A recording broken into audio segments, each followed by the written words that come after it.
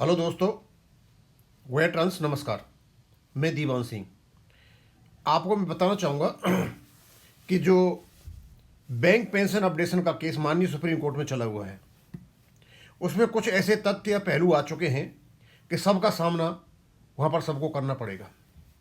अब क्योंकि bank pension regulation है, उसमें अपडेशन है, तो सबसे पहले तो हमें बैंक पेंशन अपडेशन जो 35.1 है उसको बहस करते हुए रेगुलेशन 56 से जोड़ना पड़ेगा और सीसीएस रूल 1972 का सहारा लेना पड़ेगा, क्योंकि रेगुलेशन 56 में वही दे रखा है।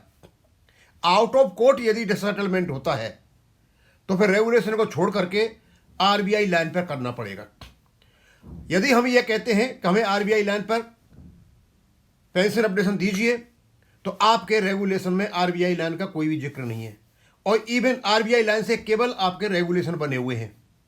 और 1990 में आरबीआई में कोई भी पेंशन रेगुलेशन नहीं था। 1995 में बैंक पेंशन का रेगुलेशन है 35.1 और वो सशक्त होता है रेगुलेशन 56 से। यदि कोर्ट में बहस होती है तो हमारा ही रेगुलेशन काम आएगा, 56 आएगा, वहाँ आरबीआई का रेगुलेशन कोई काम नहीं आना है। ये आउट ऑफ कोर्ट सेटलमेंट होता है तो उसके लिए रेडीमेड फार्मूला है जो 2019 में बना था सुप्रीम कोर्ट की मॉनिटर्ड कमेटी ने, और उसको आरबीआई को 2 बार हो चुका है। ये मामला सुलझाते हैं तो आउट ऑफ कोर्ट होता है, इन आउट, और यदि रेगुलेशन से होता है तो रेगुलेशन से होगा। अब एक समस्या और खड़ी हो गई, सारी चीज़ हमारे सामने होते हुए सबसे पहले यदि ये समस्या आती है, क्योंकि मैंने ये कुछ पॉइंट ले रखे हैं और हमें पता है इन्हीं पॉइंटों का सुप्रीम कोर्ट में जिक्र होगा। सबसे पहले नंबर 5 पर है हमारा एक डेफर्ड वेजेज, आर्टिकल 21। जब बहस होती है तो सबसे पहले हमारे वकीलों को यह बताना होगा कि पेंशन एक डेफर्ड वेज है और इसका लिंक आर्टिकल 21 से है। ऐसा माननीय सुप्रीम कोर्ट ने अपने कई जुडिशियल प्रेसिडेंट में कह रखा है। यदि ये आर्टिकल 21 से रिलेटेड और पेंशन का केस है और इसके खिलाफ यदि भारत सरकार के वकील, अटॉर्नी जनरल या सॉलिसिटर जनरल खड़े होते हैं तो वो अमर्यादित है, वो खड़े नहीं हो सकते। सबसे पहले तो हमारे वकीलों को ही ऑब्जेक्शन करना चाहिए, क्योंकि यह केस आर्टिकल 21 का है, फंडामेंटल राइट्स का है, पार्ट 3 का है। इसलिए किसी भी हालत में अटॉर्नी जनरल और सॉलिसिटर जनरल को अनुमति नहीं दी जा सकती, और यदि अनुमति होती है तो सुप्रीम कोर्ट का काम है वह कॉग्निजेंस लें और उनको रोकें कि आप इस पर बहस नहीं कर सकते हो। हाँ, आप संवैधानिक कहीं गड़बड़ी है वह कर सकते हो, लेकिन ये आर्टिकल 21 से रिलेटेड है, कन्फर्म है, अप्रूव्ड है, तो इसमें कोई भी सरकारी वकील इसमें भाग नहीं ले सकता। उसके बाद आती हमारे क्या नाम है, कौन कौन चीज़ और क्या क्या होगा। तो सबसे पहले तो हमारे पास जो हथियार हैं बैंक पेंशन अपडेशन में, सबसे बड़ा हथियार है आपका VPR 995।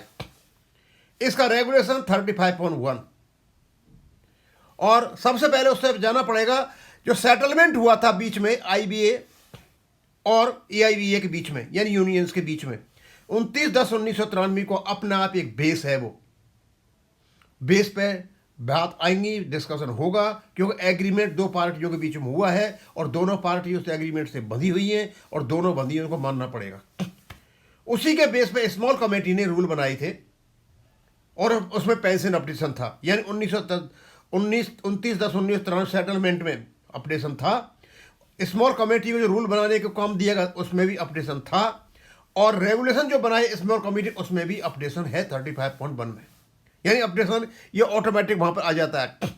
तो ड्राफ्ट सर्कुलेशन, उसके बाद क्या हुआ था, ये जब रूल बन गए थे तो ड्राफ्ट का सर्कुलेशन होता है, और ड्राफ्ट सर्कुलेशन में एक बात जुड़ करके आती है कि अपडेशन ऑन आरबीआई लाइन। ये एक सुपरफ्लुअस इंक्लूजन था, क्योंकि जब ऑलरेडी आपका 35.1 रेगुलेशन में आ चुका था तो मुझे समझ में नहीं आता कि आरबीआई पेंशन अपडेशन क्यों आया था जब आरबीआई में पेंशन था ही नहीं। अब लोगों ने अपनी ओर से लगा दिया होगा, क्योंकि हम सब आरबीआई के नीचे आते हैं, इनको आशा थी कि आरबीआई में कहीं पेंशन अपडेशन होगा तो हमारे पर भी लागू हो जाएगा। अब उसके इंक्लूजन से ये भी हो गया कि इसमें आरबीआई का फॉर्मूला भी है, लेकिन इसको डिस्कस नहीं कर सकते कोर्ट में करना पड़ेगा रेगुलेशन से। और आउट ऑफ कोर्ट यदि कहीं सेटलमेंट होता है तो आपके पास केवल और केवल ये आरबीआई फॉर्मूला है जो उनको दे करके बैठे हुए, फिर तो अब बहस की जरूरत नहीं पड़ेगी। अब क्या है कि इंटेंशन टू अपडेट, ये देखना पड़ेगा क्या जो एग्रीमेंट हुआ था उसमें कहीं इंटेंशन थी अपडेशन की। यस, सेटलमेंट में इंटेंशन थी अपडेशन की। जो terms of reference small committee को दिए थे उसमें स्पष्ट लिखा है अपडेटिंग। बीपीआर 995 के 35 में 1 में स्पष्ट अपडेटिंग हुआ है 1986 से 1986 का, और आगे भी और हुआ है 2003 में 1994 तक, और इसका 2003 में अमेंडमेंट भी हुआ है। उसके बाद रेगुलेशन 56 को यदि बीपीआर के साथ पढ़ा जाए तो सीधी सीधी बात है कि सीसीएस रूट 1972 लागू होंगे, और वो यदि लागू होते हैं तो सीसीएस 1972 के जो रूल हैं उनमें कहीं भी पेंशन अपडेशन नहीं लिखा है एक्सप्रेस तरीके से, क्योंकि पेंशन जो है डेफर्ड वेजेज हैं, और डेफर्ड वेजेज तो ऑलरेडी ये आर्टिकल 21 का हिस्सा है और उसका हिस्सा है रिवीजन, और उसी बेस पे ये 2023 तक सेंट्रल कर्मचारियों का अपडेशन इसी बेस पे होता रहा है। लेकिन 2021 में के अमेंडमेंट हुआ, और अमेंडमेंट के कारण इसमें रेगुलेशन 66 जोड़ दिया गया अपडेशन के लिए। अब वहाँ बिल्कुल एकदम साफ सुथरा लिखा हुआ है, तो इसका मतलब 2021 से यहाँ पे भी लिखा आ जाता है। हमारे रूल्स 56 जो है ये कहता है। अब क्या है, ये जो हथियार है यहाँ पे, और एक हथियार और है आपके पास आईबीए का दिया हुआ झूठा हलफनामा। ये बहुत बड़ा जबरदस्त हथियार है, क्योंकि इन्होंने इस पे उस एफिडेविट में कहा है कि पेंशन जो है वो फंड बेस्ड है, जो गलत है। रेगुलेशन में कहीं भी फंड बेस्ड नहीं बताया गया। ये रेगुलेशन 7 और 11 देख लीजिए, बड़ा स्पष्ट कहा गया है कि इसमें जितना भी कमी बीसी होगी वो स्टैट्यूटरी बॉडीज देंगी, और इन्होंने कहा नो पेंशन अपडेशन, बड़ा स्पष्ट लिखा हुआ है पेंशन अपडेशन है।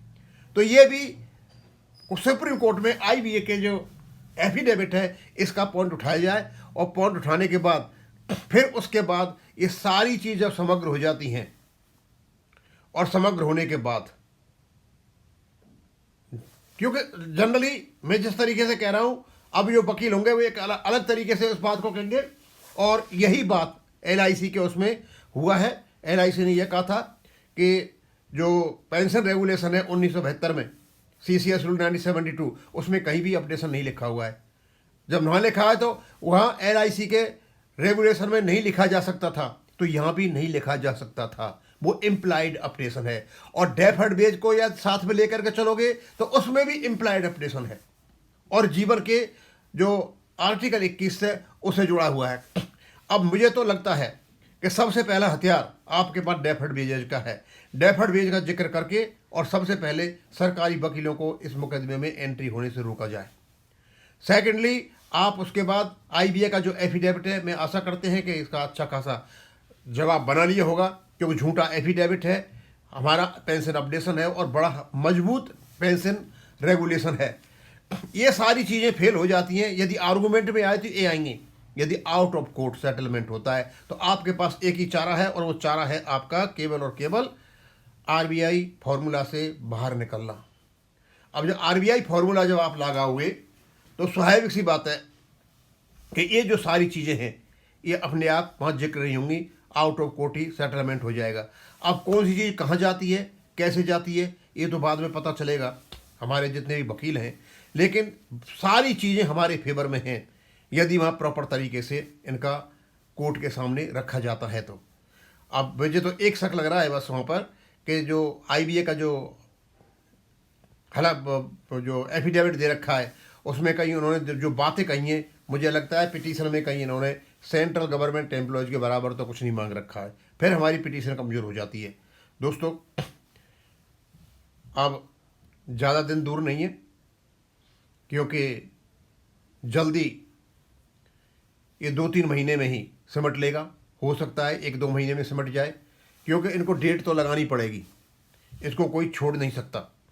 और अब ये नया सरूगा जो छिड़ा था, यदि ये झूठी बात है कि सरकारी वकील नहीं आ रहे हैं, सॉलिसिटर जनरल साहब नहीं आ रहे हैं, तो ठीक है, कोई बात नहीं है, लेकिन ये काफ़ी चर्चा का विषय बन चुका है। यदि आ रहे हैं तो उनको रोकने के लिए बहुत ज़रूरी है आर्टिकल 21 का दीवार खड़ी कर दीजिए। आर्टिकल 21 के खिलाफ किसी भी हालत में जो डिसाइडेड है, देश के सॉलिसिटर जनरल नहीं लड़ सकते, किसी को लड़ा और फंडामेंटल राइट को छोड़ करके अन्य जो लीगल पॉइंट्स हैं वहाँ लड़ सकते हैं, लेकिन यहाँ नहीं। यहाँ लड़ते हैं तो सीधा सीधा अर्थ ये जाता है कि भारत सरकार जो हमें प्रीएम्बल में कुछ जो सुविधाएं दे रखी हैं या हमारे फंडामेंटल राइट दे रखे हैं उनको छीनना चाहती है और अपने वकीलों को खड़ा कर रही है। और यदि खड़े होते हैं हमारे खिलाफ तो फिर हम यहाँ से अपने वीडियो बनाना शुरू कर देंगे। अभी तो पता नहीं है क्या होगा क्या नहीं होगा। 21 तारीख को तो सुनवाई है नहीं और 22 तारीख को अभी मैं जाके देखूंगा। अभी कितना 18 तारीख है और अभी टाइम हुआ है 7:10।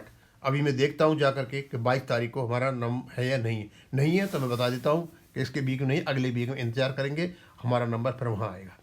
अब मैं यहीं ख़त्म करूँगा। Thank you. धन्यवाद।